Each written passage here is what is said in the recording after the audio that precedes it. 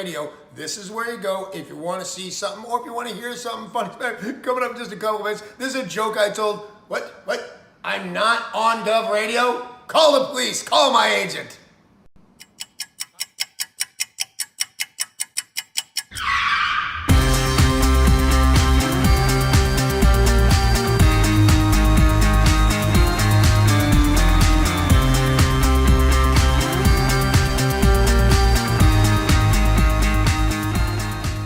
Tony, welcome to Go. Hey, Joe, how are you?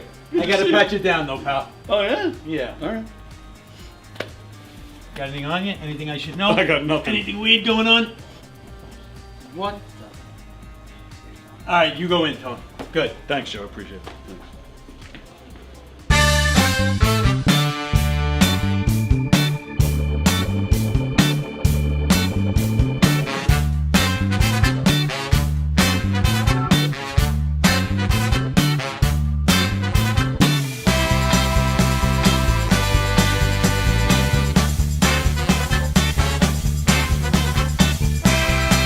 Hi, I'm Tom Kelly of The Tom Kelly Show.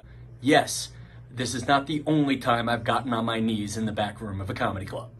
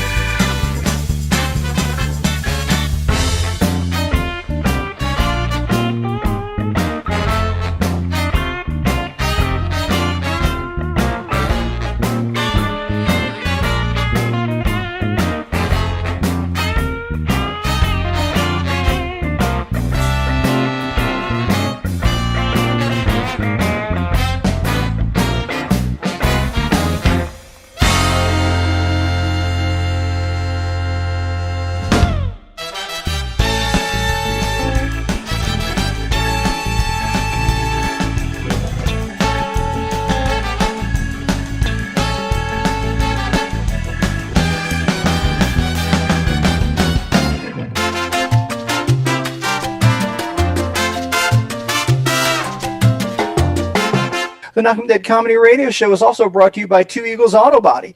For more than 25 years, Two Eagles Auto Body has been the leader in auto body repairs and customer satisfaction on Long Island. Two Eagles Auto Body handles every type of auto repair, from custom applications and restorations to repairs involving insurance claims. Give Two Eagles Auto Body a call and please ask for John Rossi at 516-328-2527. That's 516-328-2527.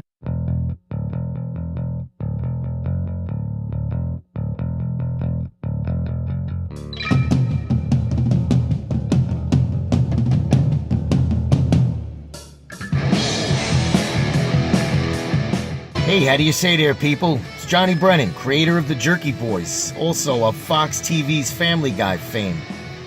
I just want to let you know you're listening to Tony on the Knockem Dead Radio Show.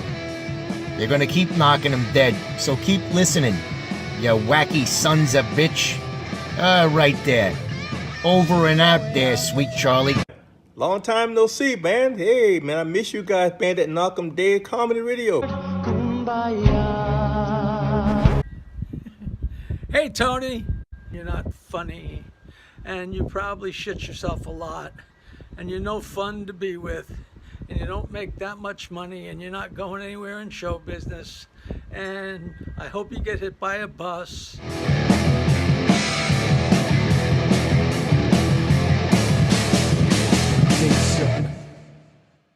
Remember, because what you hears today, you got to tell the birthed tomorrow. I'm looking behind us now, across the count of time, down the long hall, into history back. I sees the end, what with the start. Right! And somebody did come.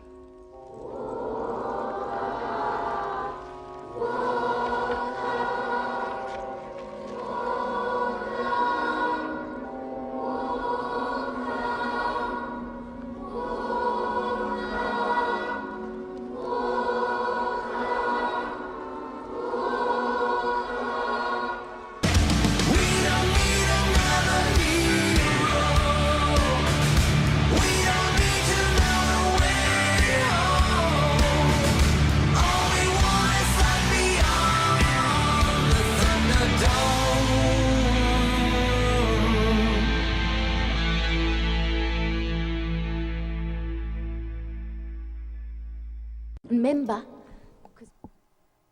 Hi, everybody. Hi, everybody. I love that promo. Thank you to Don Sill for that promo. I love that one. That's from Mad Max Beyond Thunderdome, in case anybody's wondering. That's why we don't need another hero plays at the end, because that song is from that movie. Hi, everybody. Welcome to the Knockem Dead Comedy Show, right here on Gov's Comedy Club Podcast. We are coming at you live from the legendary Governor's Comedy Club in Levittown. We are on Gov's Comedy Club Podcast, the Facebook channel, the Facebook channel, the YouTube channel.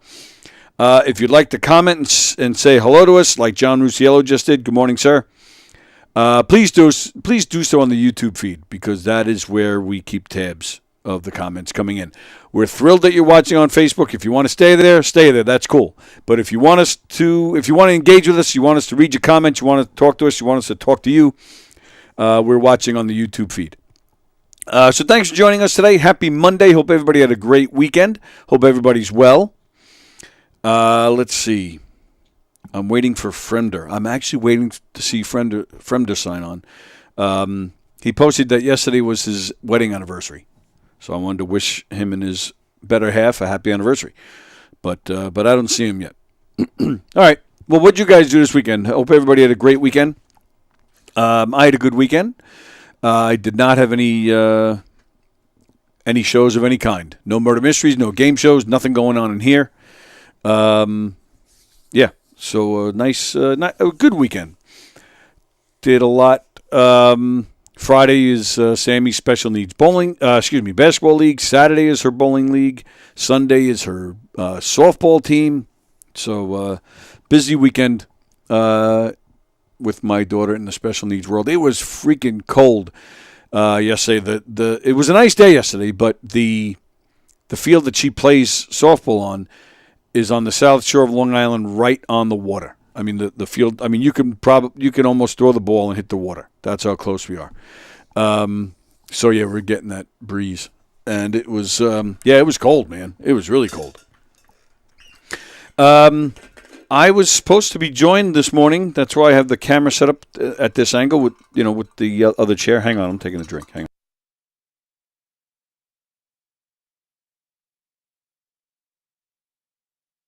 There it is, John. There it is. Hello, Mickey. I was supposed to be joined this morning by my wife. She's not there. I don't know where she is. So, I don't know. So, even my wife hates me. See that? Even she just doesn't show up. I'll badmouth her now so she doesn't before she gets here. I'm still hoping she's showing up. Maybe she's with Sean Elliott. Maybe they're all conspiring. Let me see. I don't have anybody yet for tomorrow. I'm hoping I'd like to get Chris Thomas back in there. She would be a great Tuesday co-host. This is our last week of Wednesdays off. Starting next week, we'll be back to 5 days a week. Mike Kaplan will be our Wednesday guy. Thursday this week. So if you don't know, every Thursday now is Musical Thursdays. We have a musical guest every Thursday. Frank will be here this Thursday. Our guest will be Andrew Lubman, Lubman. Andrew plays in various bands. He does a lot in the Beatles world. He plays with a lot of different Beatle bands. He posts a lot of videos of himself recreating Beatle songs. What he does is very interesting. He'll go out. I don't know what he does, like for money, for real life. But this guy goes out and buys, like whatever instrument the Beatles used on a particular song, he'll go out and buy the exact same instrument and then recreate the Beatles songs. I would think, first of all, regular equipment, regular guitars and stuff is expensive. But this guy goes out and buys, because the Beatles, they spent months in the studio creating their songs and they like to experiment in the studio with different instruments and stuff. So, he spends a lot of money. So we're going to talk to him. And then on Friday, joining Andy and I, every year we do this, Dom DeBarry joins us. It's his birthday, and he enjoys coming in here on his birthday. And I don't know if it's set in stone, but Derek Munispaw, our old friend Derek, Mr. Pop and Twist. He said something about possibly coming in this week. I'm going to try and get him to join us on Friday because him and Andy always gel well, and I think Dom likes. That stuff, like wrestling and all. I think he's into the same stuff they're into. So it might be one of those days where I just get to sit back. I'll make fun of Dom for a few minutes, and then I'll let the three of them talk. I think Lisa's coming in today, and tomorrow still looking for a guest, but the rest of the week we're good to go. And then next week, like I said, we're starting we'll be here 5 days a week like we used to. I'll have to get some guests. Did the door just open? No, I don't think it did. I thought I heard something. All right. Oh, I was right. It did. There she is. What'd it say? Oh, well, I have these on, so I couldn't hear you. Lisa said she's here. In case I didn't see her. You good? Yeah.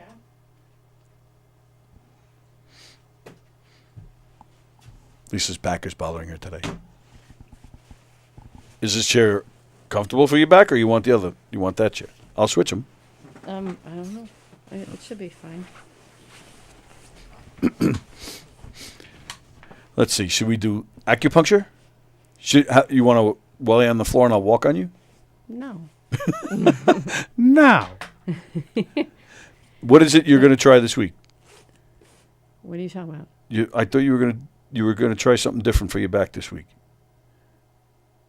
I don't know what you're talking about. Um, Sorry. With Colleen. It has nothing to do with my back. No. Oh, that's not for the back? No. No, I think the back is a whole separate issue. So. Oh yeah, I keep putting them together because No, that's something else. Oh. Yeah. That we're not talking about. It's just like a hormone replacement therapy. And I don't know. My appointment's tomorrow. We'll see.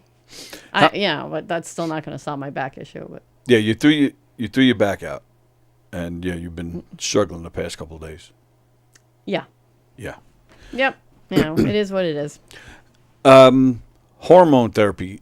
You're a science geek. I'm not. So what does hormone have to do with like bones and joints and bones and stuff?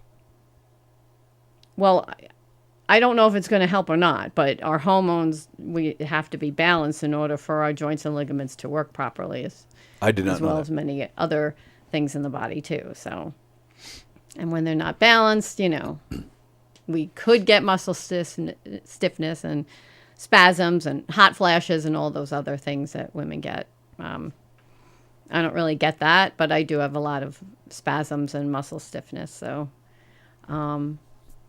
we'll see what my test says tomorrow. As the results are in, I go over it with the doctor tomorrow. Oh, you don't even know the results yet? No. That's why I'm going on the appointment tomorrow.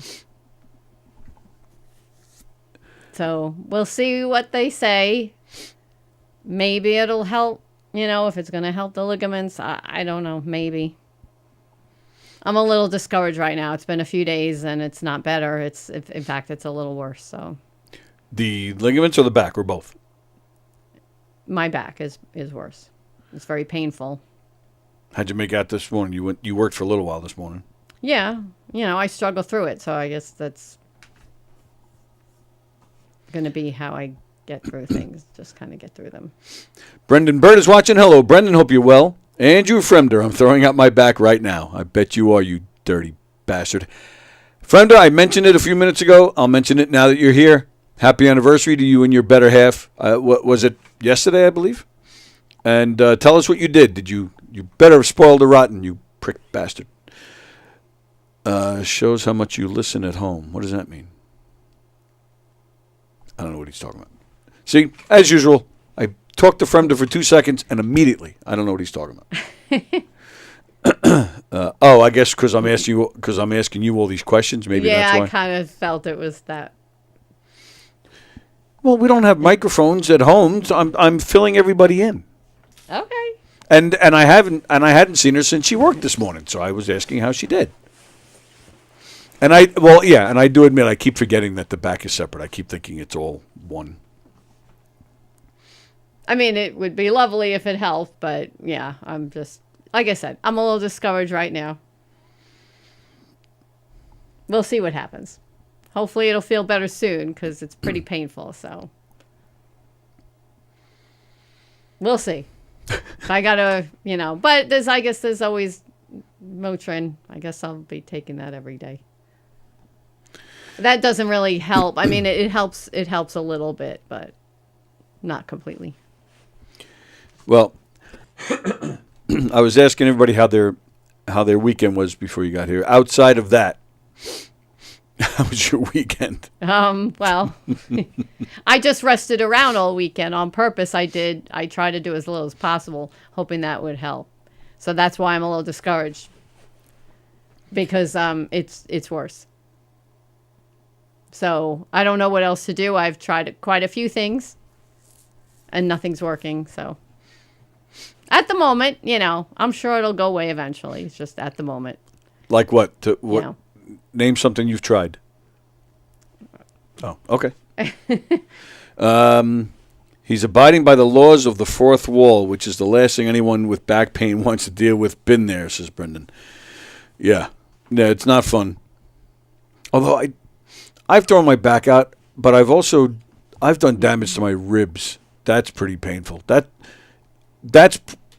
when it comes to that kind of stuff, I think that's probably the worst for me anyway. That was worse than hurting the back. But aside from that, Mrs. Lincoln, how was the play? Yeah, all right, we'll get off. What? Besides that, Brendan's basically saying I'm like bugging you about your back, and and so he's saying so aside from that, Mrs. Lincoln, how was the play? Sorry your husband was shot. Oh, yeah.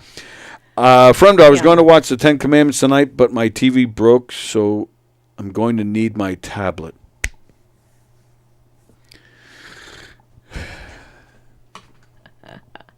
Don't encourage him.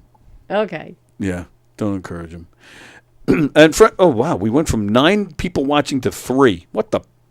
Because I'm sitting there complaining about my back. No one wants to watch that.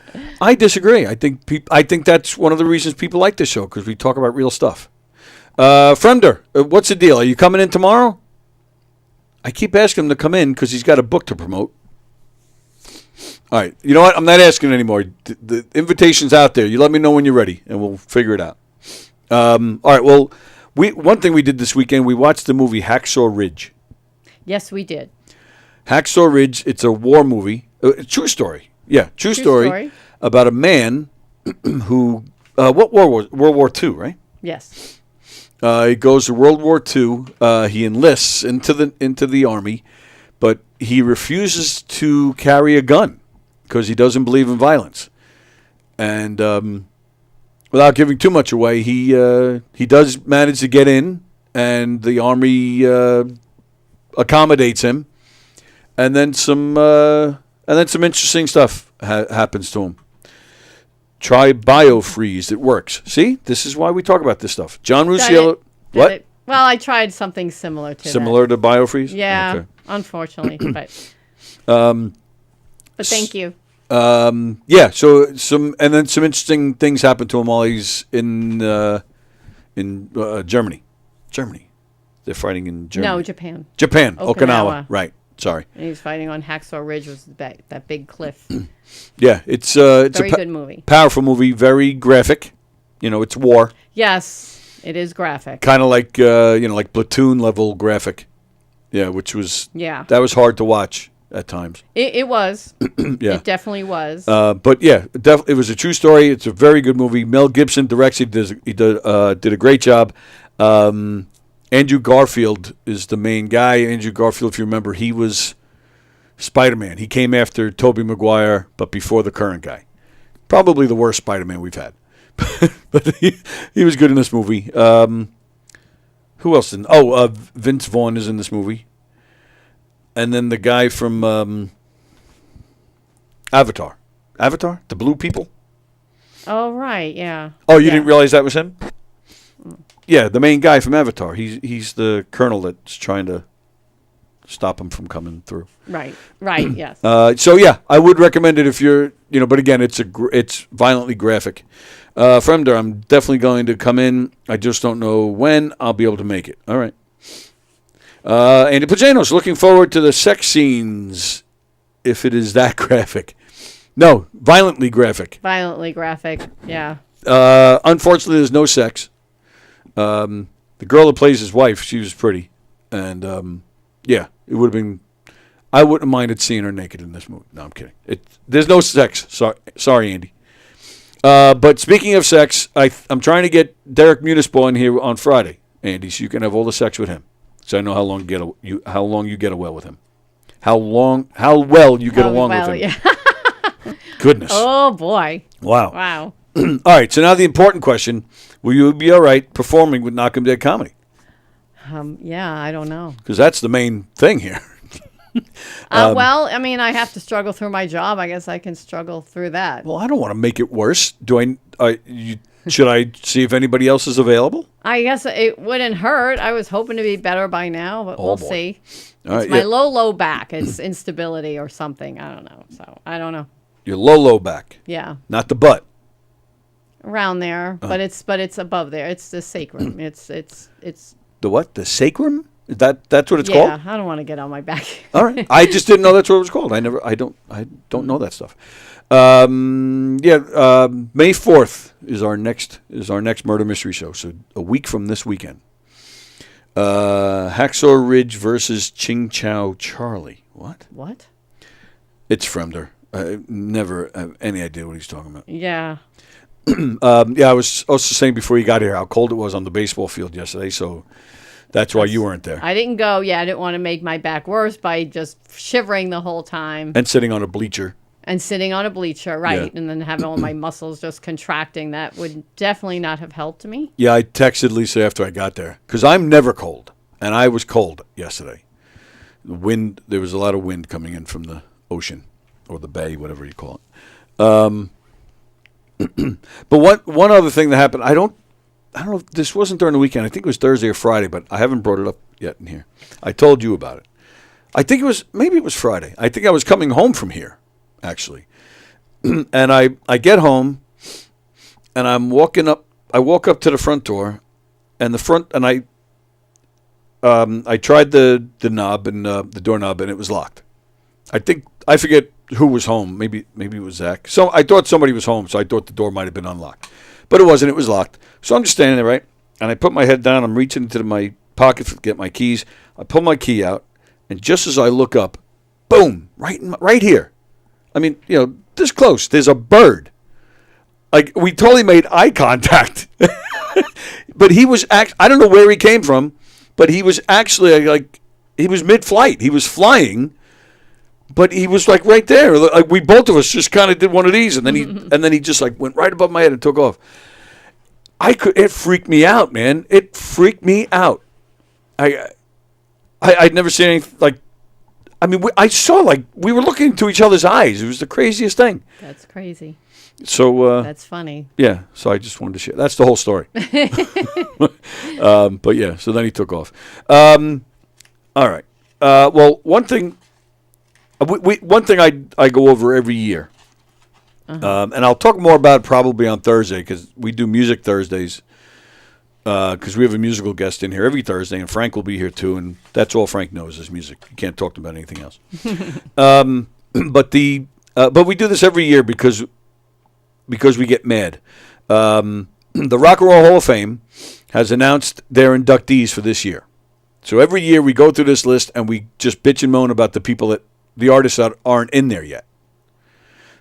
All right, so making this year's inductees, Mary J. Blige, which I'm sure many already are like, she's not rock and roll, but Jimmy Buffett, Cher, the Dave Matthews Band, Foreigner, Peter Frampton, Kool and the Gang, some other people who aren't really household names but deserve to be in my opinion. If you're into music like I am, you'll know these names: Alexis Corner, John Mayall, the band MC5, Suzanne DePass, I don't even know who that is, Big Mama Thornton, Norman Whitfield, but also making the list: Ozzy Osbourne, Tribe Called Quest, and Dionne Warwick.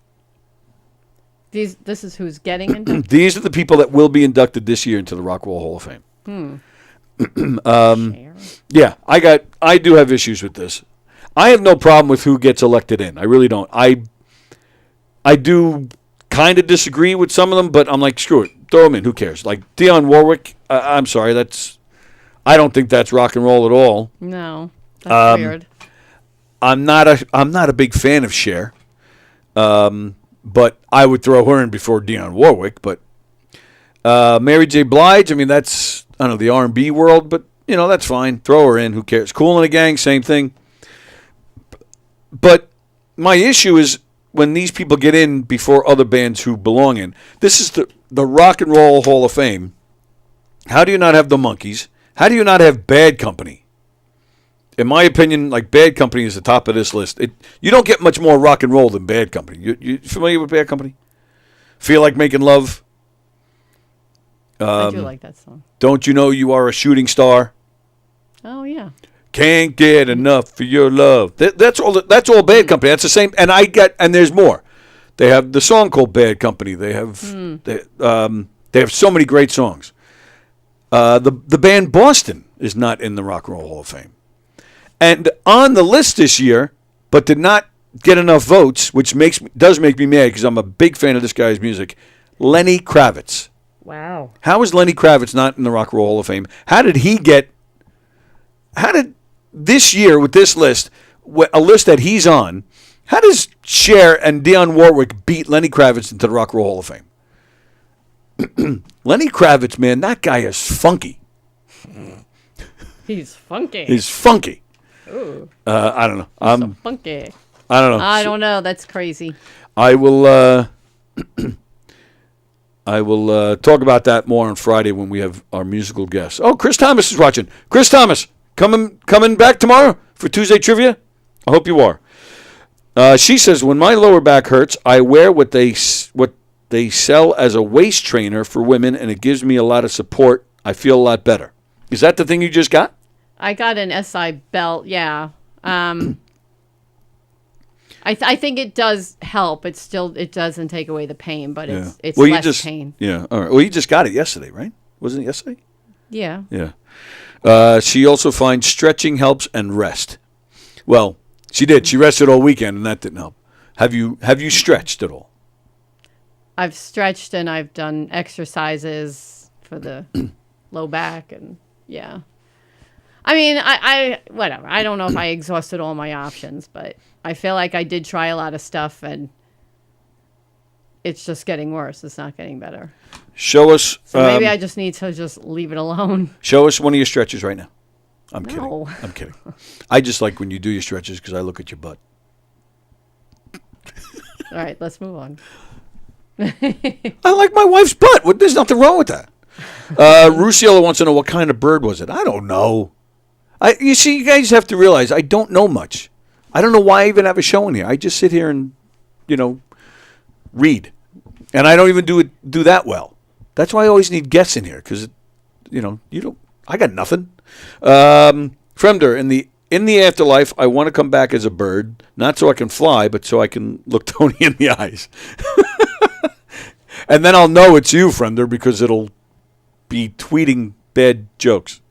All right, so Chris Thomas, come back. Chris Thomas was here this past Tuesday for Tuesday Trivia, and I got a lot of great response from the viewers. They loved it when she was here. So, Chris, come in tomorrow. All right. So, all right, here's one story I wanted to talk about today. We've got a few things. But since we are, since, of course, we're coming at you from the Governor's Comedy Club, there's a story that about a comedian that came out, and I wanted to share this with you guys. See what your thoughts are. John Rusiello says, Suzanne DePasse, she is a music producer. Oh, thanks, John. I did not know that. I think she's the only one on this list who I didn't know. Yeah. Chris Thomas is in PA this week. Damn it! What's in PA? There's nothing going on there. All right. So there's a comedian. His name is Arj Barker. A-R-J. Arj? RJ? I don't know. I've my apologies, Mr. Barker. I've never heard of you. But he was doing a show. I think it was in Australia. Saturday night, he was doing a show. When he told a woman to leave. A woman in the audience, he told her to leave. Now, that happens all the time, in various comedy clubs. If somebody's heckling, making too much noise, whatever the case, a comedian might say, call security and say, please ask these people to leave. What was this woman doing that caused Mr. Barker to ask her to leave? She was breastfeeding. She was breastfeeding her newborn baby, and he asked her to leave, forcing a handful of furious attendees to walk out of the theater in support of this woman. This was the Athenium Theater.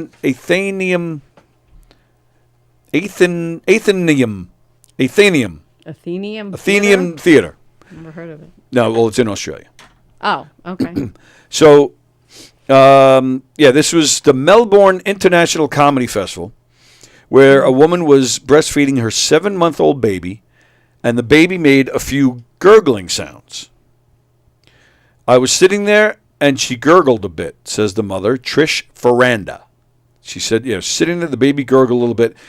She compared it to the equivalent as someone who is coughing. Barker reportedly stopped and acknowledged the baby before he cracked a few jokes about the situation. At the end of him, kind of going off on it, he suggested that she take the baby outside. But she didn't. She stayed there because she wasn't sure if he was joking or not. The baby made some noise again, and then Barker again went to her and said he walked over to her and told her to leave. She said people were laughing, so she wasn't sure if he was being serious or not. So she actually said to him, "Do you really want me to leave?" And he said, "Yes, I do." She couldn't believe it. This theater holds 863 people.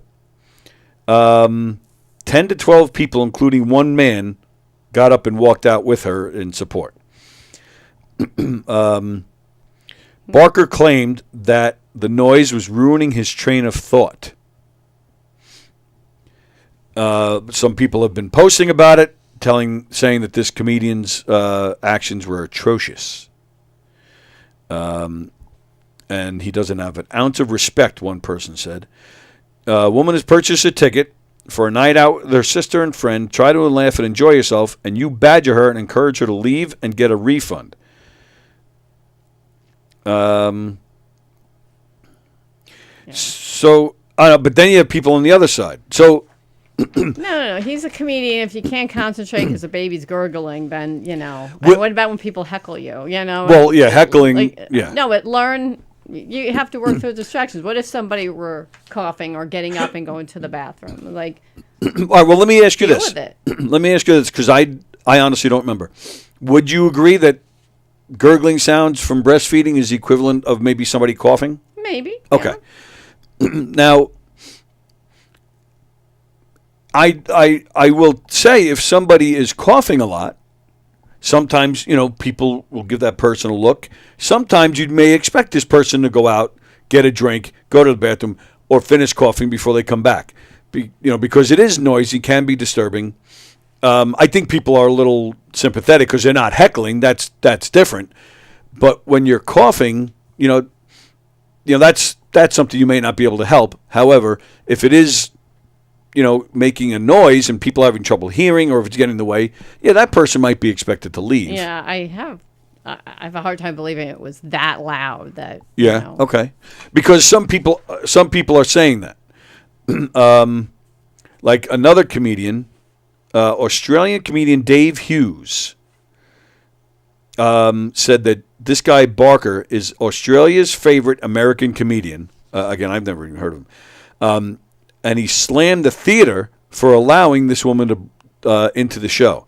Now, but his reasoning I disagree with. The show is strictly age 15 plus, as clearly stated on the ticket. She had an infant with her. The baby was disrupting my performance. Oh, I'm sorry. That's a statement from the comedian, from Barker himself. Mm-hmm. So Dave Hughes, yeah, he slammed the theater, but now this guy Barker says the show, the ticket says age 15 and up. I disagree with that. Yes, 15 and up. It's here at Governor's Show. I believe it's 16 and up, which rightly so. But this is different. This is a 7-month-old. You know, it's 16 and up, or in this case 15 and up, because of the content, and you don't want teenagers or kids that can understand to hearing this stuff. A 7-month-old is that. This is a completely different story. This is a woman who's just breastfeeding. So I disagree with his reasoning. On behalf of the other 700 people who paid to see the gig, I politely told her the baby couldn't stay. She thought I was kidding, which made the exchange a bit awkward. I feel bad about the whole situation and stated this on the night more than once. I offered her a refund. Theater staff should not have seated a baby in my audience in the first place. Yeah, that part I disagree with. But I think he should have, whatever, you can argue who's wrong and who's right, but I think he should have just suffered through it, because it just, now some people are going to be against him. Right. Oh, well, yeah. Especially all those feminists out there, Well, I mean, I breastfed my babies in public too, They were quiet though, but I did. And the fact that it was just last week. No. Well, you could do what Bugs Bunny did. You remember the Bugs Bunny episode where he's the concert pianist, right? And he's trying to play this soft, emotional piece, and the guy continues to cough and cough and cough. Bugs just shot him. Oh, that's nice. It's Bugs Bunny. You don't remember that one? That one I don't remember. No. But yeah, they did say those cartoons were violent. They were great. Love those cartoons. Plajanos, he didn't ask her to leave because of the breastfeeding. The baby was making noises at a 15 and over event. Well, yeah, isn't that what we just said? Or did you? Oh, maybe you right, wrote. So he's saying in defense of the comedian. Yeah, I think he was just saying that before I said it. Fremder, I'm assuming at this comedy show there was a 2-drink minimum. Right, the kid didn't pay. Yeah. 10 to 12 left. How many stayed? Well, yeah, it doesn't say, the article I read didn't say if the place was sold out or not. It didn't say how many. I mean, Barker himself said there were another 700 people. Yeah, I don't know if that's a fact or not. What did the club say about this guy? No comment in the article I read. I sound like I'm drinking coffee when I'm breastfeeding, says Fremder. Rusiello, going to see Anthony Rodia in Delray, June 29th. Oh, very nice, John. He does meet and greets and stuff after the show. So, if you're able to, stick around and get a picture with him. Tell him you know me, and he'll probably throw you out. No, that's great. That's good that you're going to see Anthony Rodia. Anthony Rodia, who used to do a podcast in here until he decided he didn't like us anymore, and now he does it from his house. But, yeah, he's killing it. He's traveling the whole country, and he's killing it. Oh, and he's got a special. His very first special is coming out soon. So all the best to him. I don't know the date of the special. Fremder, I thought bumps on the nipple were Braille for suck here. My mother used to breastfeed me until she told me she only liked me as a friend. Yes. He writes that all the time. Yes, of course, more people stayed than left. More people were supporting. Again, the article I read didn't have a statement from the club. It didn't have any statements from any other audience members, so I don't know if they felt that it was disturbing them either. I don't know if there's video out there. I'm surprised. There probably is because there's video for everything. So I'd be curious to hear. And that's why I bring up video. I'd be curious to hear how loud this was. Although it might appear louder or softer on a video, but still. All right. So that's that. All right, one other thing I wanted to talk about. Then I know there's something that you wanted to discuss, which I did some research on, by the way. Oh yeah. Yes. Okay. But one thing before we get to that, I read a story about a man right here on Long Island in Hempstead, good old Hempstead. Do not go into Hempstead by yourself. An unidentified person was in his car in Hempstead when he heard shots. He heard gunshots. Okay. So he was just, it doesn't say if he was driving or not, or if he was just in his car. Oh, okay. So he was at an intersection. So I'm assuming because he wasn't moving. So he must have been at a red light or something, right? Okay. Started hearing shots. One bullet went into his car. Oh, wow. That's scary. Gets worse. Well, it gets worse, but it doesn't. It made contact with the man, but it hit his wallet,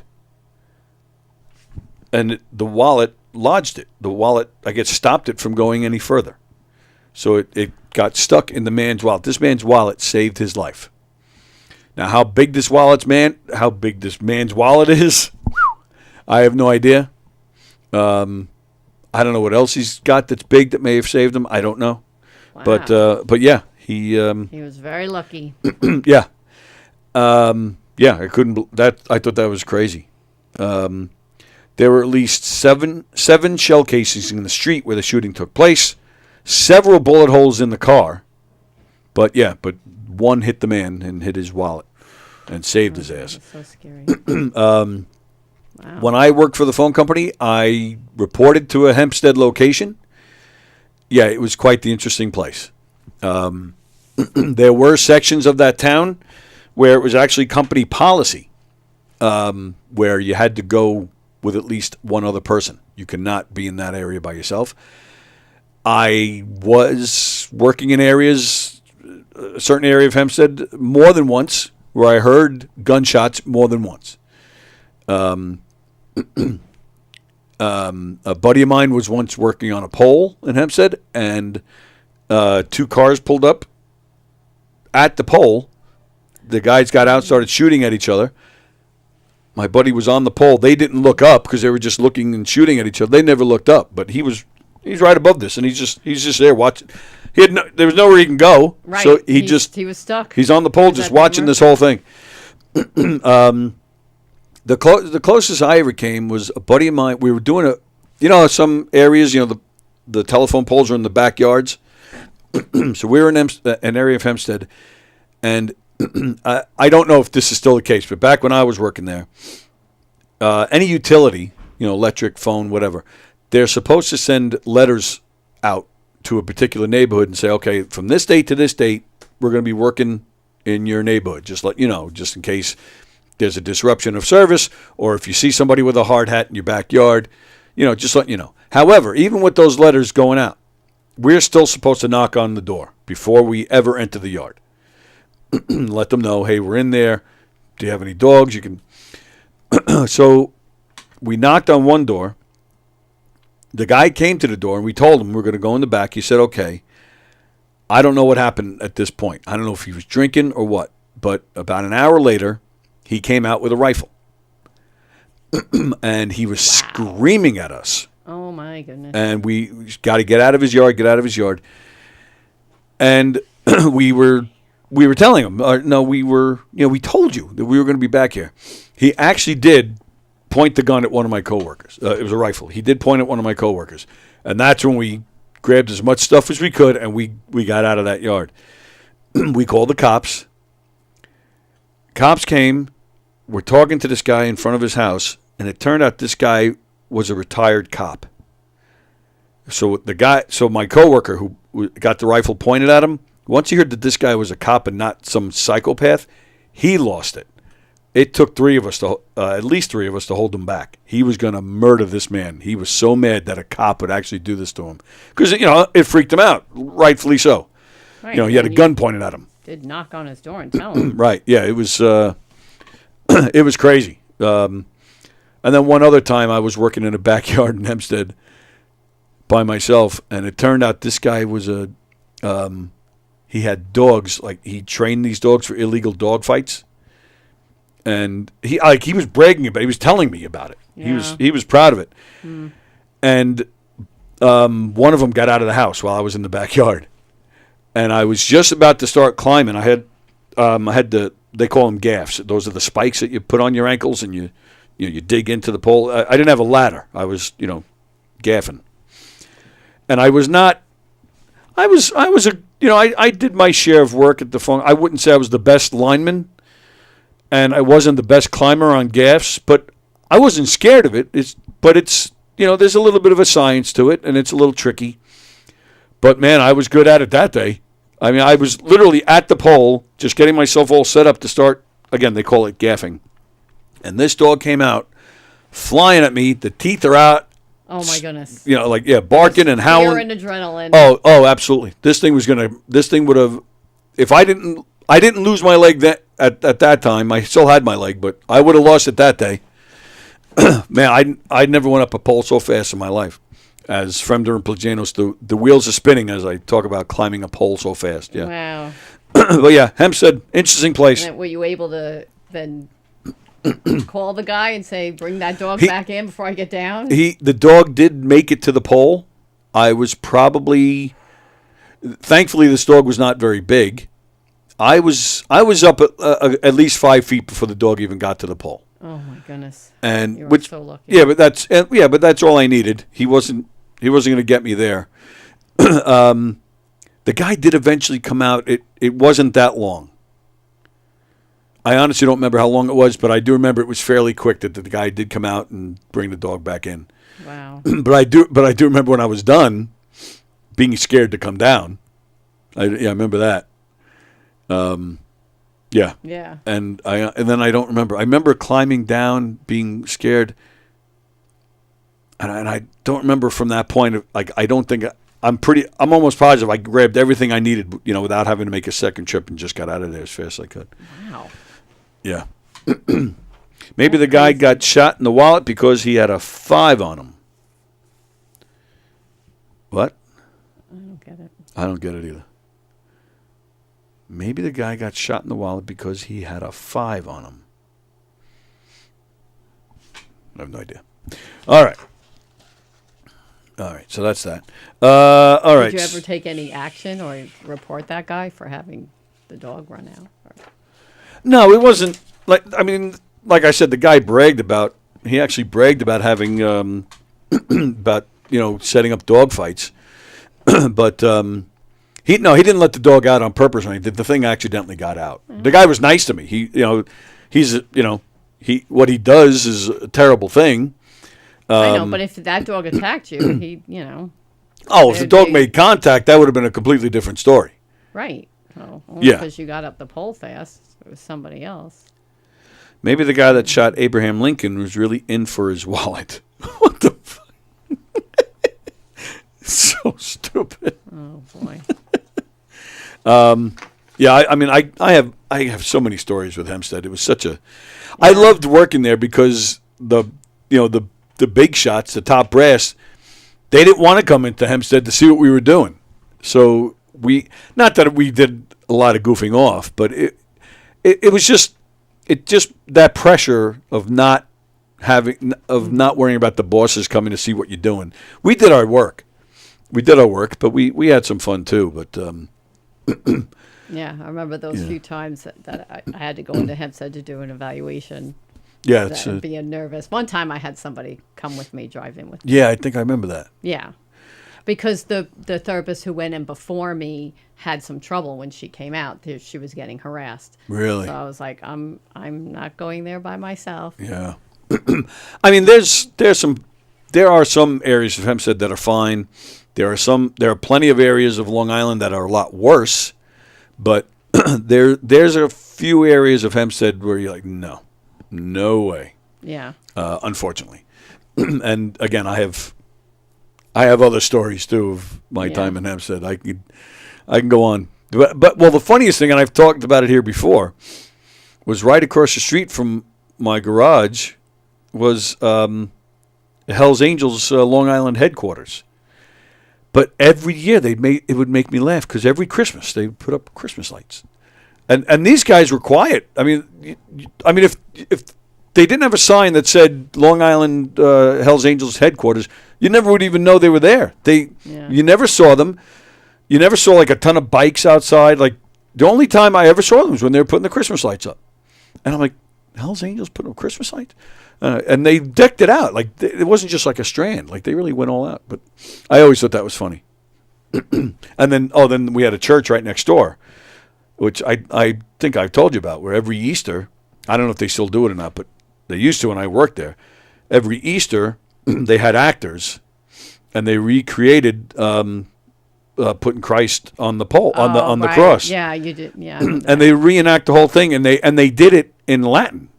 Right? What was the language they spoke? Hebrew. What did they speak? Aramaic. It might have been. I don't know. There's a big Spanish community, so maybe they were speaking Spanish. Yeah. But I think they were speaking Arabic. I think.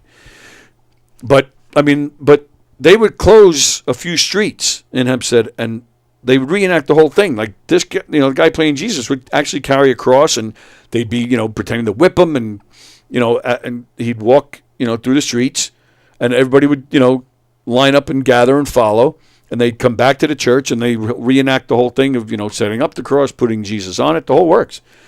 And I would always come in early that day, like at the end of the day, and eat lunch at the garage, because we had we put poles in. That was my job, and we had a whole stack of poles laying horizontally.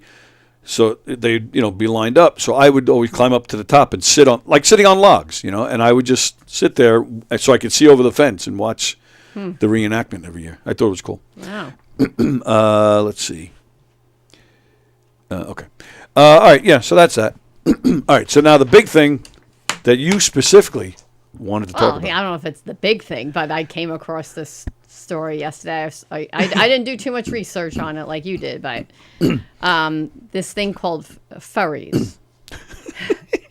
What? It just makes me laugh. Where kids are coming to school dressed like animals. I believe adults might do it too, but it's happening more and more, and they can act like this animal. They like to act like an animal with human qualities, and sometimes in some schools in some states there's litter boxes in the bathrooms for them to use. And if the teacher asks them a question and they meow, the teacher can't discipline them for that. But anyway, that's just a whole other issue. But what's starting to happen is in Utah, these kids protested because these furries were biting them and scratching them and pouncing on them, and they would get in trouble when they would fight back. They would get in trouble. So they, with their parents' backing, they had a protest. And then a teacher actually went on, recorded something saying it's so much quieter and better without these students here, something like that. Something ridiculous like that. And stood up for the furries because they get bullied all the time. But I'm sorry, you come to school like that, of course you're going to get bullied. Well, still doesn't make it right. Yeah, I mean, there's issues on both sides here, I think. Yes, I'm sure there's issues on both sides. You get bullied, maybe they lash out, but like we were talking about the experience we had, it's like a lot of times kids are bullied and they're egged on, and then they finally defend themselves, and then they get in trouble. So here, why is it okay for them to fight back and not get in trouble? It's still, Yeah, but maybe, and I'll be honest, I don't know if I want to defend these kids that are dressing up this way or not. I'll totally honest with you. Yeah. But I will say it's possible that if they're going to school dressed that way, maybe they were getting bullied for dressing that way, and this is how they fought back, by biting and scratching. Yes, that's what I'm saying. Oh, but okay. but then the kids who are getting scratched and bitten are the ones getting in trouble because they're fighting back. Like Right. you know, they're getting in trouble. You know, so I mean, I do have. to me, it's like if it's physical like that, that's a step up from Right. verbal bullying. And I don't know if they're getting bullied or not. Oh, I don't know, but I just think that's going a little too far. All right. Well, all right. So let's backtrack a little bit. I mean, that's what the teacher said. You know, yeah. Let's backtrack a little bit. I remember, like, when we were kids, like, we had special days. You could dress up like this or dress up that way. Yeah, in fact, our no. kids too had it in school.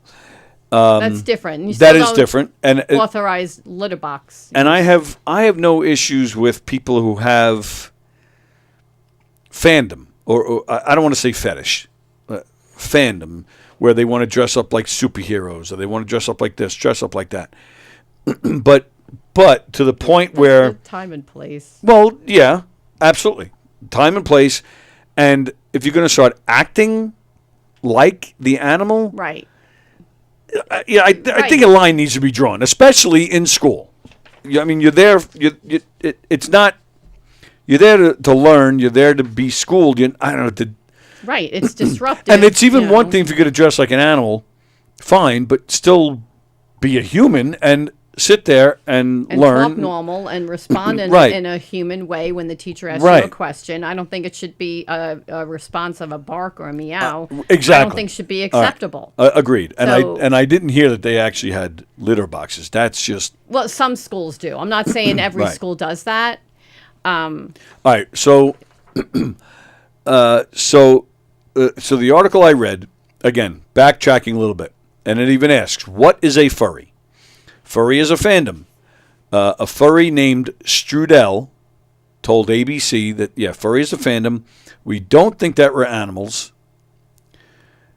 According to WebMD, a furry is someone who has an interest in animals with human qualities and who sometimes dresses up as a cartoon-like version of an animal. Strudel said, I really like the idea of animals that walk and talk, so I'm going to dress up as one as kind of a fun sort of, cosplay thing. So that's what we were saying. You want to dress up, okay. Not sure if that should be an everyday occurrence in school, but at least if a teacher's going to, or if anybody's going to talk to you, if you respond like a human, okay, we could probably deal with this. Yes, if you want to come dressed up, or if you want to still like sit down for your lesson and not attack the other kids. Yeah. Oh, all right. So Strudel said, Strudel, I don't know. Strudel said there is a difference between furries and a group that calls themselves Therians, who believe that on some level they are an animal. Okay. Yeah. WebMD said people are often interested in becoming furries to find a sense of community, which is why anybody joins anything. Though some of the drawbacks they may face are negative stereotypes and social stigmas. So why do the students protest the furries? Students who walked out at Utah's St. Nebo Middle School last Wednesday, it was an hours-long walkout. Students walked out, expressed some of their grievances, even calling for the expulsion and banning of the furries. Several children can be seen holding signs reading, "Compelled speech is not free speech." Another was holding a sign that said, "I will not comply." Another sign said, "We just wanted to learn." The students said there are attacks from furries every day, but were unsure of how many furries were actually at the school, shouting out numbers ranging from 5 to 100 students who identify as furries. The school's furry population is accused of biting, scratching, spraying air freshener on, barking at, and chasing other students. And which there was a video of that I saw. What, of a furry chasing a student? Yes, barking like a dog and chasing several students. Oh, my goodness. And then the school tried to deny that it's even happening, that there's even furries at the school. Well, right, that's where I was about to go. A lot of the information that's been put out there is completely incorrect and inaccurate, said the school. There have been issues with harassments or students making others feel uncomfortable or unsafe, but he said most of the claims that are online are false. Sorensen, the school superintendent, School District Public Information Officer Seth Sorensen said students are not dressing up as cats and dogs, and because there is a dress code in place, he doesn't think videos that have been shared online are from their particular schools. Mm-hmm. He thinks they're from somewhere else. He did emphasize that the main goals of the district are open communication and student safety. He said reports of students dressing like animals are a little bit inaccurate, saying students wearing headbands with ears similar to students wearing bows and sports jerseys. He said students dressing up is just what students of this age do. Interestingly enough, no one has addressed the school with anything they want changed. So he's saying like this protest is the first form of complaints that they're seeing. He encouraged concerned parties to come into the schools and speak with administrators. We want every student to feel safe when they come to school. We want students to get along. Can't we all just get along? Let's all come together and try to support one another, and let's overlook any differences that we have and really be a community. What do the furries have to say? Utah in general has a pretty good nerd culture, and while furry is still a little bit fringe in that, we are generally pretty accepted. Strudel said the kids latch on to things really easily and can see how dressing up at school can be distracting. Then he says it's best to keep the two separate. School is for learning. It's a place of education first and foremost. Thank you, Strudel. Strudel encouraged the students to keep being creative and to keep pursuing things they like, and also said the main issue here appears to be internet safety for children. Sometimes they stumble upon these communities and they're not old enough to really understand what that is or how to behave with it, says Strudel. I agree with everything Strudel's saying there. I think it's a lot of it is one-sided, and that's what you get with the internet. Why would 100 students or whatever just decide to protest if they're not actually getting, abused in some way? But another report that I was watching showed that they also said something about, we don't discriminate against a certain group of people.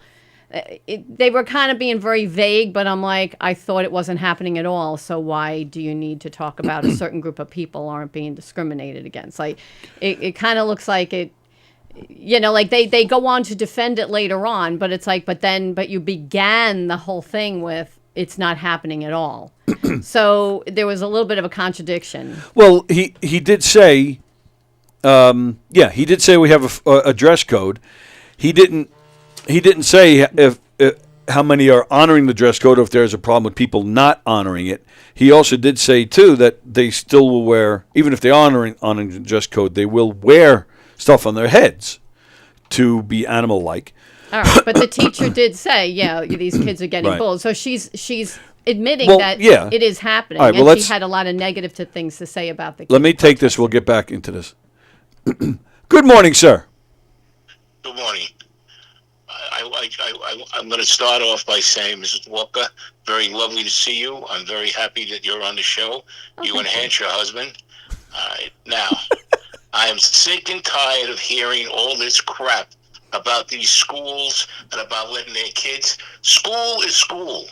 It's a disciplinary educational institution.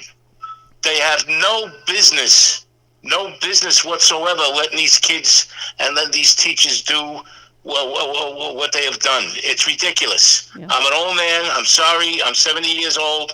I understand this, but if my kid went to school and they allowed this, I can't take my kid out of school. I bring him to another school. It's ridiculous. It's nonsense. All right. So I do agree with you to a certain point. And when I say a certain point, because I do feel, especially now you talk about being 70. Lisa and I are in our 50s. We went, and when we went to school, this was obviously before internet and whatnot. This school was our whole world back then.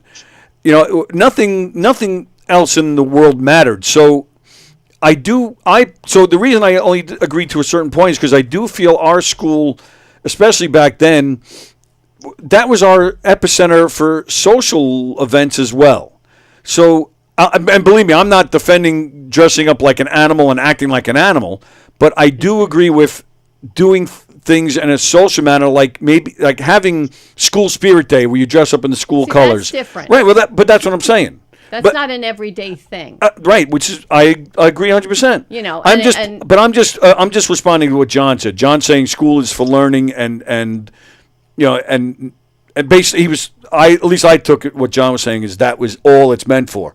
Right. So I just disagreed to a certain extent where there should be certain social aspects to it, because that's where we learn social aspects. You know, that's where we learn how to interact with other people when you're in school.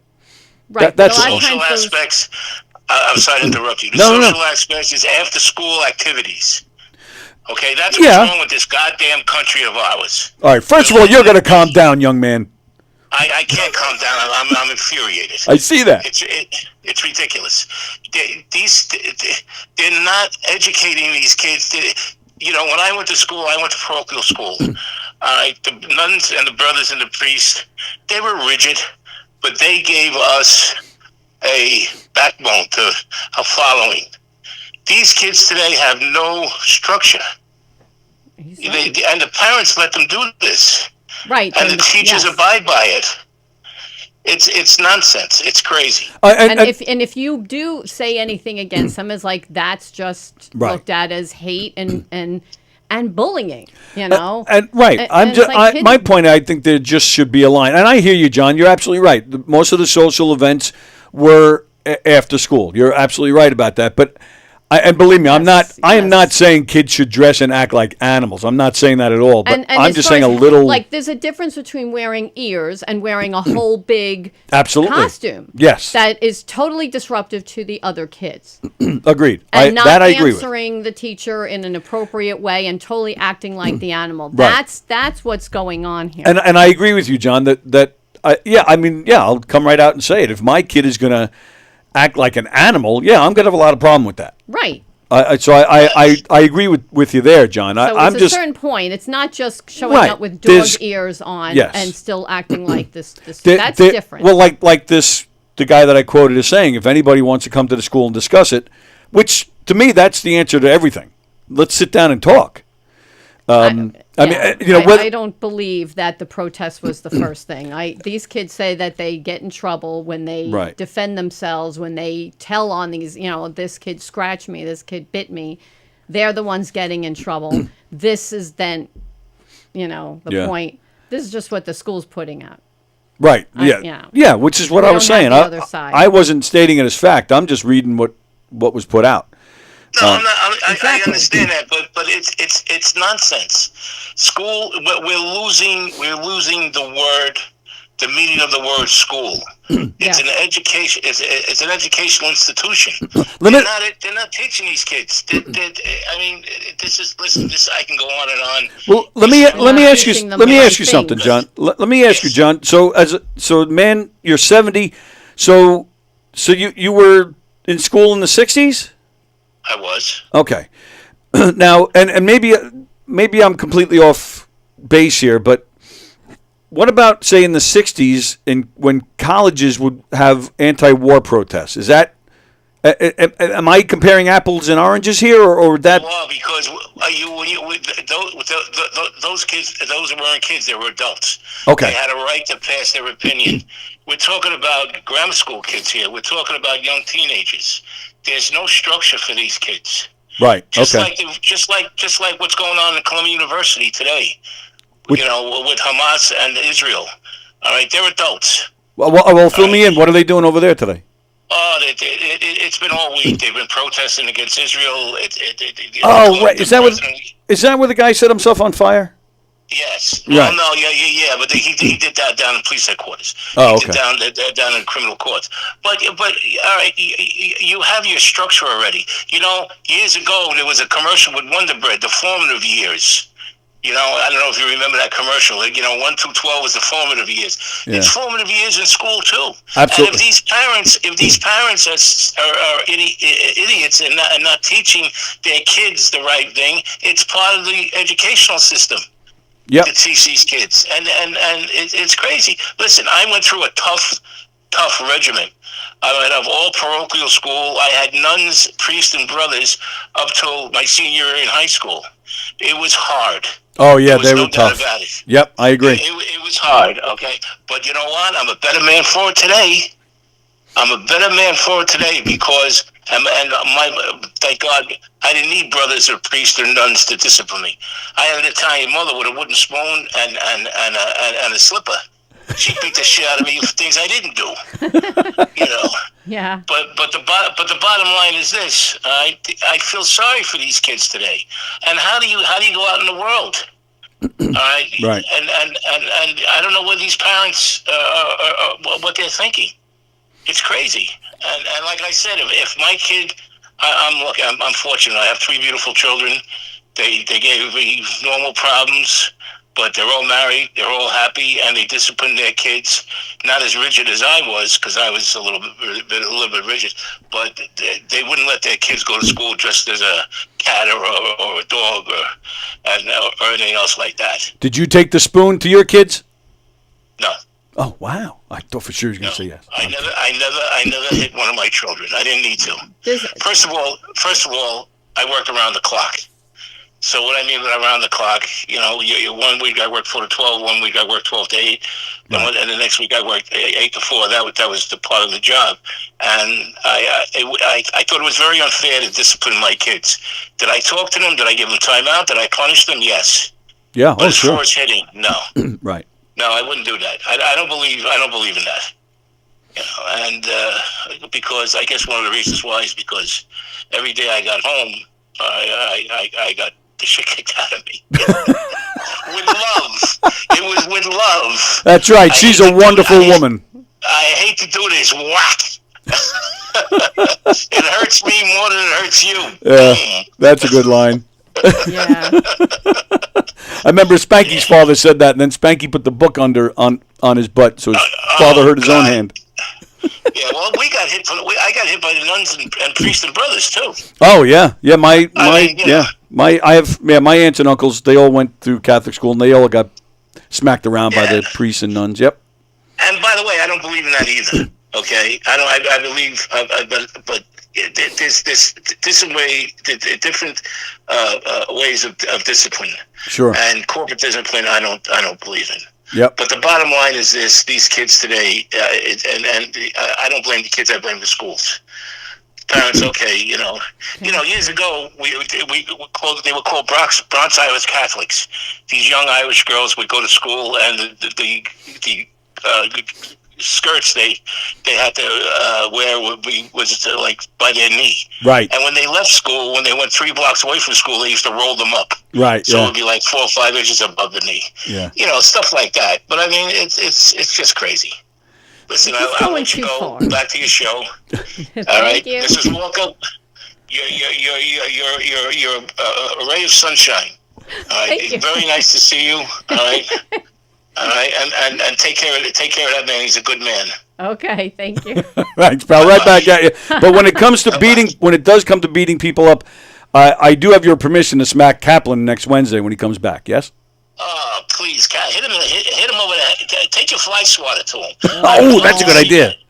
Take your fly swatter right on top of his bald head. And the fire hydrant. John loves my thermos. Thanks, pal. See you later. Oh, the thermos. Oh, my Yeah. God. You better get a Christmas present for me, that's for sure. All right. Jesus Christ almighty. All right. You're going to Desert Storm with that goddamn thermos. Oh, boy. John Rusciello checking in. All right, let me see. What am I doing here? I don't know.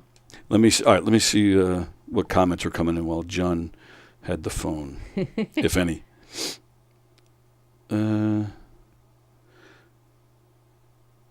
When I was in school, I used to say things like, my dog ate my homework. Now I just say my son ate it. My cat just got a scholarship because he identifies with a smart person. Exactly. Let's see. What? The other day in school, my son had to stay after and write 100 times on the blackboard, "I will never chew on the remote." Why are you late to class? Sorry, I was chasing a ball down the hallway. Oh, Pine Street Band is commenting. What's up, Tony? Just listen to Pine Street and the world will be a better place. Couldn't agree more, Pine Street Band. Get your asses back in here, Pine Street Band. It has been way too long. Pine Street Band, you guys hear it every day. My Knockem Dead comedy theme song, that's Pine Street Band. They were in here years ago. They played the song live here in the studio. They've hung out with us here. Guys, come on back, man. Jesse, I hope that's you, Jesse. You got to come in. We miss you guys. After school, these kids go to the dog park. Hello, this is my son. His name is Rory. I don't get that one. Brendan Burt, shit, I couldn't recruit 99 other people to watch me get shot at that age. Cafeterias now should be required to have Shiba as an option. I don't know what Shiba is. Are these furries indoor furries or outdoor furries? If you're gonna bring your kid to school dressed like a cat, okay, that's fine, but mandatory now that they get the proper vaccines from the vet. Well, yeah, right. So if you call someone a pussy before you get into a fight, you might be just stating a fact. It's a pussycat. Joke explained Abraham Lincoln on the $5 bill getting shot in the wallet. Oh, right. Okay. Okay. It's crazier than that. Parents are raising their kids as furries, a.k.a. the paptromorphic community. I played a part last year that focused that research on me. Won't call it good or bad, but as a parent, I was mildly concerned. That was all Brendan Burt. So, Brendan, you were part of a study where they talked to you about your kids and stuff. What are your kids dressing up as, or what are they identifying as? See, that's my whole thing. This whole identifying, like, to me, it's confusing. Right. It's just there's a difference between just Spirit Day and it's just going too far, and it's just. And again, if you say anything against, it's just going too far. And I think it's funny that you find something from the school, but did you find something from the kids that are protesting? Anything in defense of them? Because I found that, but I know where to look for it. Well, that's what I'm saying. That this one kid, Strudel, he's with them. He's with the furries. And even he was saying, that the school is for learning. He was saying what we're saying. Yeah, I think I saw the interview, and he was dressed up as a furry, and So a furry, basically, you dressed up as any animal, and you're a furry. I guess, or you identify as a furry. So this interview you saw, what was that kid dressed up as? It looked like an adult dressed up in some like dog. It looked like some like type of like a mascot costume, right? That you would see, at a game, right? That it looked like a costume like that, and he gave the interview through it. I don't know if that's. I think it's that same person. That name sounds familiar. Oh, you think it might have been Strudel? Maybe. I don't know. But it still wasn't, from the other side, from the kids. I saw like the kids talking. I saw a videotape like that. I saw it because I know where to look for it. But they were saying, yeah, we were getting in trouble. The kids were very adamant. I find it hard to believe that this stuff doesn't happen and they're just going to stage a protest for no reason. Well, right. Their parents backing. Yeah, they're just going to all go out there. And there were a ton of kids. Well, yeah, it said. I thought I had a number of how many kids walked out. I don't see it. Might have been like 100 kids or something. Yeah. Well, it says that they started last week. They started an online petition, and at the time there were around 1,000 signatures. Yeah, there was. So I don't have a response from what the school said regarding the protest, but. We already heard from the school. That's what I'm saying. That's what I'm saying. I don't have a response from the protesters from what the school said. Exactly. That's probably a lot harder to find. You have to know where to look for it. Yeah, but I'm not. I'm saying what I'm saying is the information you have is one-sided. That's all I'm trying to say. Well, yeah, but I'm disagreeing. They might say that it's not happening. Right, I understand that. But then you have Strudel, saying, "Oh, you can dress as a fairy." So is it happening or is it not happening? Which one is it? Well, right, but that's why I'm disagreeing, because you have the school. I read the school saying it's not happening, and maybe the videos are from another school, and then you have Strudel saying, "No, we are dressing up that way." Right. Right. So there's a contradiction there. Well, isn't there always a contradiction? That's why there's a walkout in the first place. So I'm not. What I'm saying is your information is one-sided. You don't have that. That's all I'm saying. You it's don't not. have the kid's point of view. You don't have. I have Strudel's point of view. I don't have a response regarding what the school said. But the fairies, and she looked like an adult, or he. I don't know. It sounded like a girl. But Strudel is what they're protesting about. Strudel is one of those people that they're protesting. Is this a student at the school? It looked like an adult. It sounded like a female when I was watching it. I don't know. She was in a costume. I had no idea what he or she even looked like. Right, but isn't that the point of the furry? Like to dress up that way? Yeah, it's all right. You're not understanding what I'm saying. I just say it's just you're getting the school's response that it's not happening, and then I don't know who the Strudel person is. Is she from the school? I honestly don't know. She might just be a furry who's just kind of speaking on this matter. Okay, but she's not defending the school. I get it, but what I'm saying is, but you're still not getting like the kids who actually go there and have been through this abuse. You're not getting their response. You're just getting the school saying this doesn't happen. But 100 kids don't just walk out and hold posters like compelled speech, and and this is not just happening in Utah. Well, yeah, I mean, this is happening where there's litter boxes in some of the schools, not all over, but in some schools, that is happening.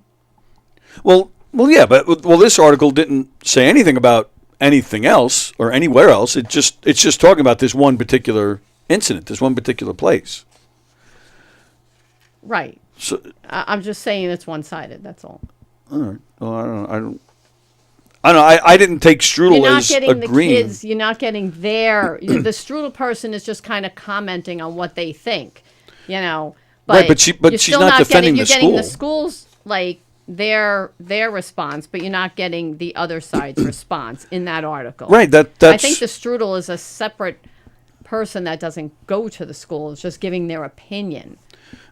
Understood, but right, and I'm acknowledging that this article did not have a response from the protesters to what the school said, but Strudel isn't defending the school though. She's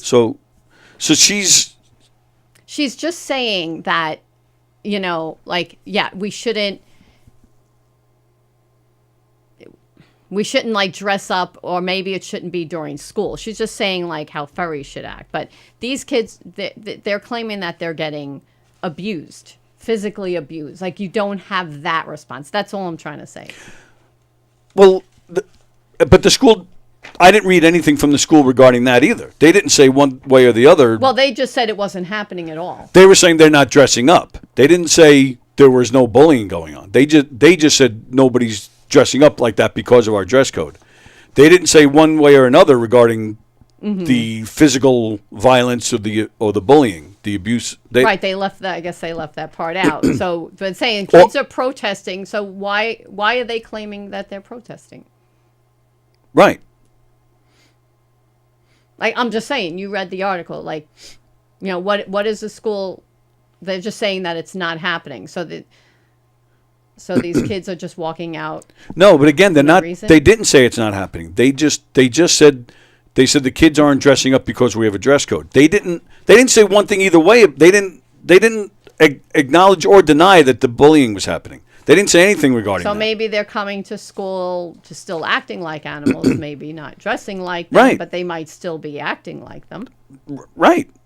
Absolutely. And I'm not. So maybe that's their way out or something. I'm just saying. I'm trying to be the objective. I just want to have both sides represented. I understand that, but I'm not disagreeing with you. I'm just telling you what's here. I'm not disagreeing with you at all. And yes, and you even mentioned our own personal experience with this. We had an experience where our son, a little bit our son, but it was more of a friend of his, was getting bullied for a long time during this one particular school year. They were in middle school, and they were getting bullied. But it was more his friend. One day, and we found out later that a teacher actually did report this to an administrator. The administrator did nothing. Then I think there was like maybe like maybe a month or two left of that school year, and the friend had enough. This kid threw the bully threw our son's friend into a locker. I mean, like into the locker, not threw him against it, but actually put him inside the locker. The kid got out of the locker and started swinging. And my son was involved. He was there for this. My son he didn't get suspended or anything, but he got sent. This was like in the middle of the day. He got sent home for the rest of the day. But his friend did face some kind of disciplinary action, and I forget what it was. I think he did have to. I think he got suspended. Yeah, I think it was like 1 or 2 days suspension. Yeah. Now I went up there. Our son had a weird time in that school district. He had some weird occurrences, and I was not. I was a very vocal guy, and I didn't like. Our daughter had a wonderful experience in this district, and they were fantastic with her. Our son was kind of the other way around, but to be fair, I was vocal on both ends. If the school did something great with my daughter, I praised them. If they screwed up with my son, I told them, hey, I think you screwed up with my son. And I would go in and talk to them pretty much every time. There was one time in particular I got into a screaming match with the principal, and we were face-to-face like we were about to fight. But that was once. Usually it was trying to go in to have a calm conversation. Didn't always end up that way. And nothing was ever really resolved. But I did tell the school in this particular instance, hey, I think you handled this wrong. This poor kid has been getting bullied. And now he's in trouble because he had enough. Then to find out afterwards that a teacher actually did say something, yeah, I went back up there. But so I'm agreeing. I mean, just because the school is saying we never had a report doesn't mean it wasn't going on. But yeah, and I just want to interject again. I saw a videotape of a teacher who teaches at that school admitting kids are dressing up and they're getting bullied. And so she's defending them and saying, the hallways are better with these kids out protesting. It's so much quieter. Like, that's what she was saying. She was defending the ferries. So that article, one of them is lying. Well, yes and no. I mean, again, like we're saying with the story that we just told, with our personal experience, there could be more. There could be more to both sides. For all we know, maybe they dressed up one day, because they wanted, they were fighting for acceptance, or maybe they were biting and scratching and kicking, the whole school year. I'm just talking about as far as dressing up. Right. She said these kids that are coming in as ferries are getting bullied. Like they get. She was defending them. That's all I'm saying. So she was. It's like, so that's. It's like, so is it happening or is it not happening? Which one is it? Even in that same article, they said it's not happening. But then later on, their wording was like, there's a certain group, and when we don't discriminate against a certain group, there was some type of weird wording there, and I'm like, well, now you're being vague. So is it happening or is it not happening? What certain group are you talking about? They weren't clear about that. Right. So that's all I'm saying. It's hard, and in this case with like what happened with our son, it's like the person getting bullied, nothing is done, and then they lash out, and then they hit, and then they get disciplined. So in this case, if this ferry is getting bullied and then now they're lashing out and pouncing on these kids, shouldn't they be the ones getting in trouble? Because now they're lashing out physically. Right. If that is happening, it's not okay just because there's a ferry. Like, you can't identify as this special group, and that doesn't give you a license to just go out and abuse people. It gets to Right. the point where it's like you can't say anything bad or the truth about what's going on, you know.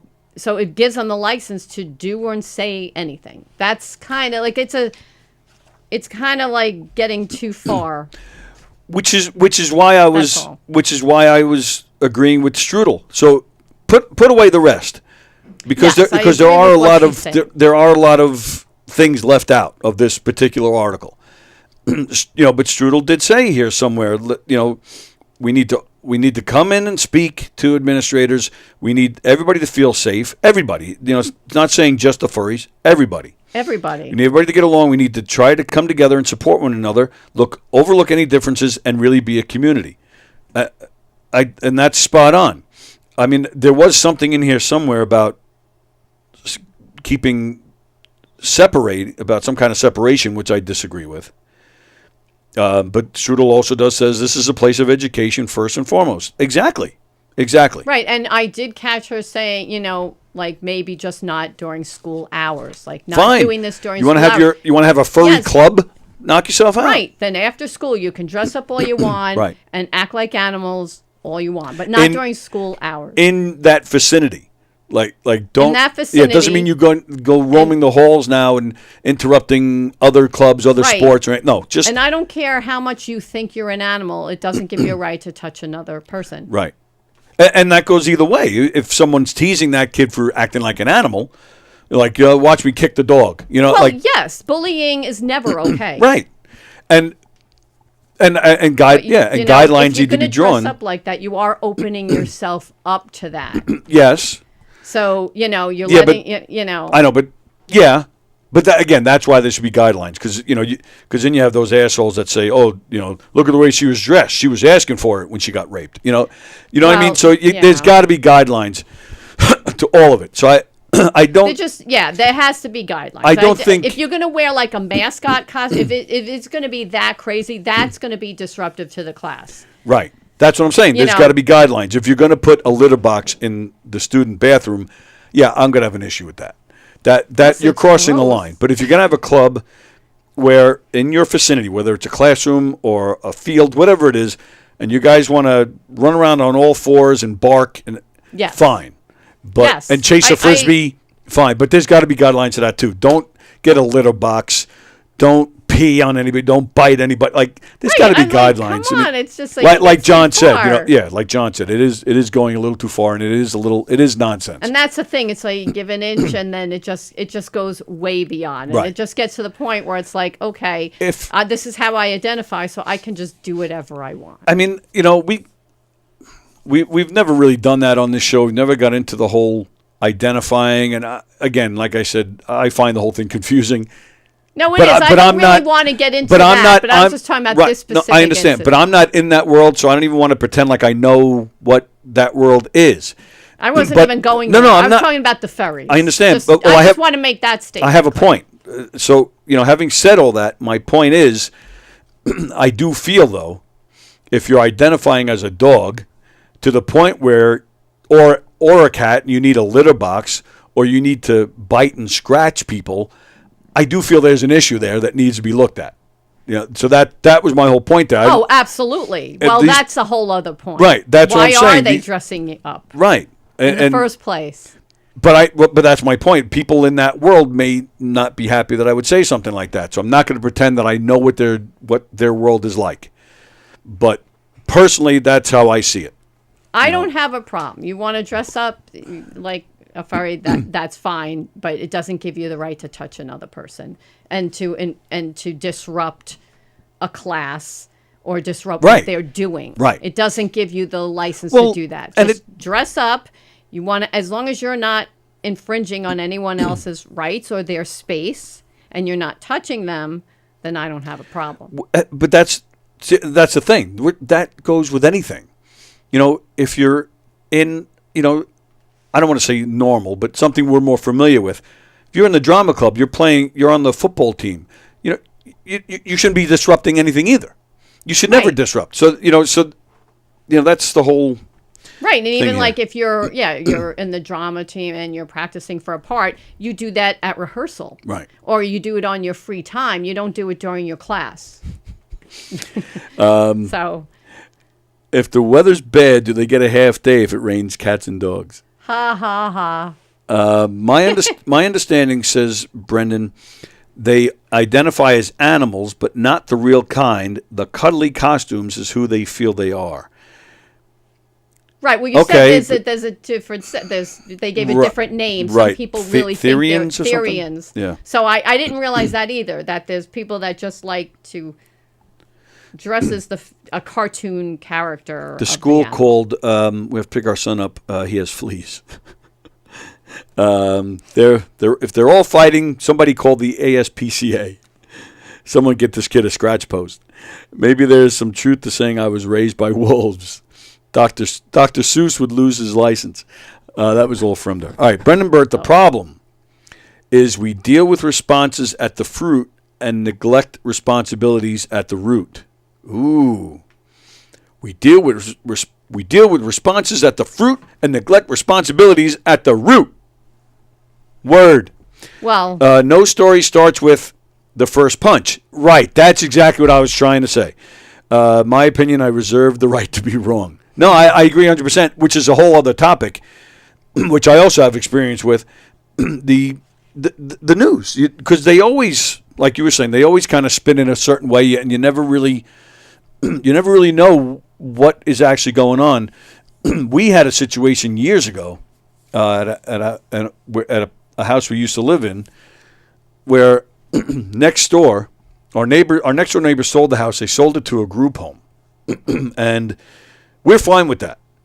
We have a daughter who's special needs. We're fine with a group home, but the problem was they were bringing in, like, it wasn't like it wasn't permanent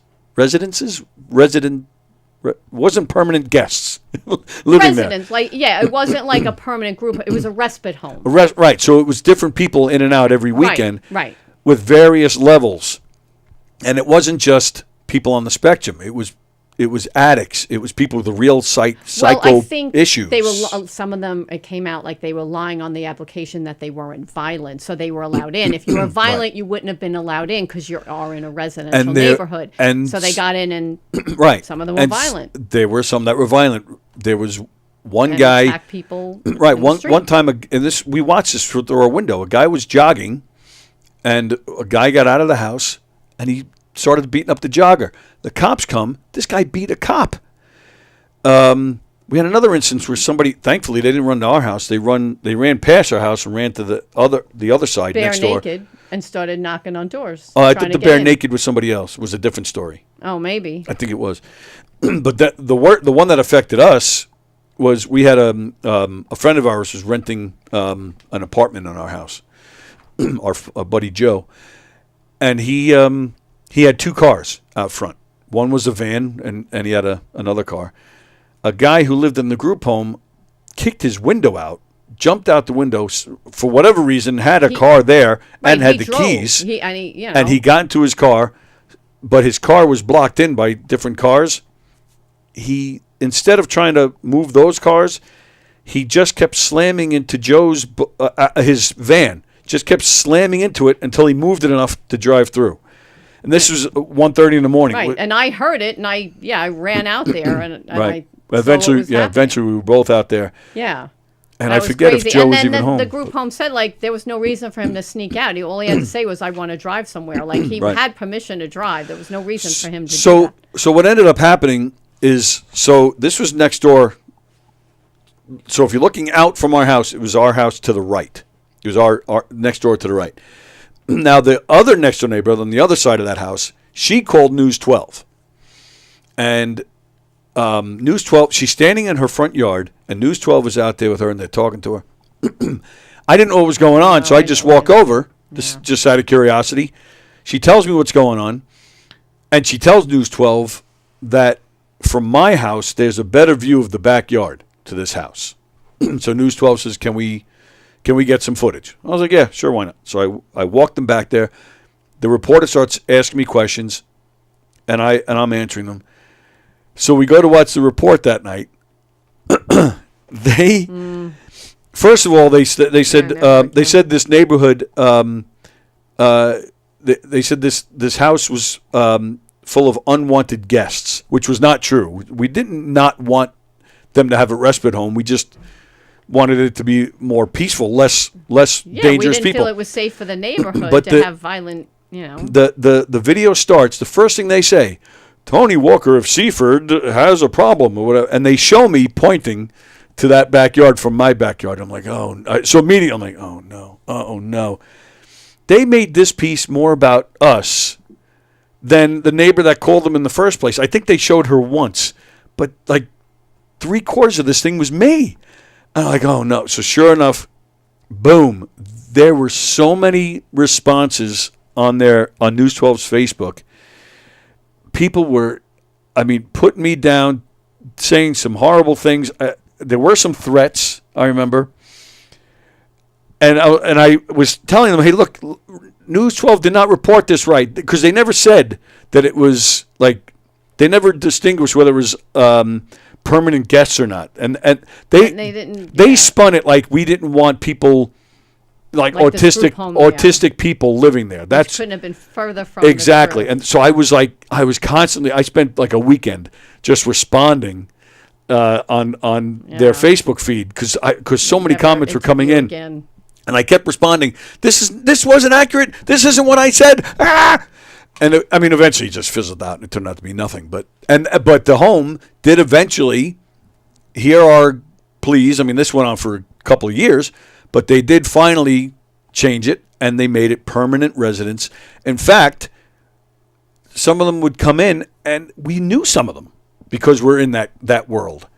So it thankfully it changed and it was peaceful, and I don't know. We've been out of there 5 years. I have no idea what's going on there now. But the point is that's what the news does. The news spews things because in this day and age of not only internet, but it's like who can get the report out first? Who can be the first one? Because we'll get more hits. That's what it's all about, unfortunately. Cafeteria should now serve green eggs and ham. Catnip is now considered a drug in schools. Excuse me, but we're going to have to talk about your son, Rory. He keeps humping my leg in class. You remember when we were in school, teachers would separate the kids that were making out in the corners of the hallway? Now it's like, you're humping. Can you? Oh, my goodness. Your son was licking his balls. Can you bring him home? All right. We're out of here. We went late as usual. So what? Yes, we did. Thank you, hon, for coming in. You're welcome. You guys got to see Lisa get mad at me. I did. No, I didn't. When this thing is over, you just wait. She'll be swinging. And now, here's Zach. All right, we're out of here. Today is Monday. What is happening today? Treading water this afternoon at 4:30. As of now, anyway, you never know with those guys. Steve Squared at 6:30. There is no the Wirt show. There is no the Wirt. The Wirt has not been on in a while. They're coming back eventually. They've just been dealing with other things, and all the best to them. Their buddy John, who's on the show sometimes, passed away this past weekend, so we wish those guys all the best. But they will be, and the show will be back. So Steve Squared today at 6:30. Treading water before that at 4:30, and that'll be it for us today. We're back tomorrow with Tuesday Trivia. There you go. All right. Thank you. Bye. Thank you. All right. We'll see you guys later. Have a great day. Where is it? There it is. All right. Goodbye. For your event today. What will you experience at a Knockem Dead Comedy Murder Mystery Show? Suspense, excitement, love, more love, violence. Well, not really. And, of course, some music. Knockem Dead Comedy is the #1 murder mystery troupe, entertaining thousands of people for over 20 years. You have a great night or what? Good. Their hilarious murder mystery shows are full of audience interaction from beginning to end that will keep you laughing all night long. Their shows are not to be missed. Knockem Dead Comedy's murder mystery themes include a mob show, a redneck wedding, a high school reunion, a family reunion with a luau theme, or your own custom show. Johnny, you have a good time tonight or what? Had an awesome time. All right. She had a great time. KDC, that's what I'm talking about. Yeah, all right. Fundraisers, private parties, corporate events, restaurants, and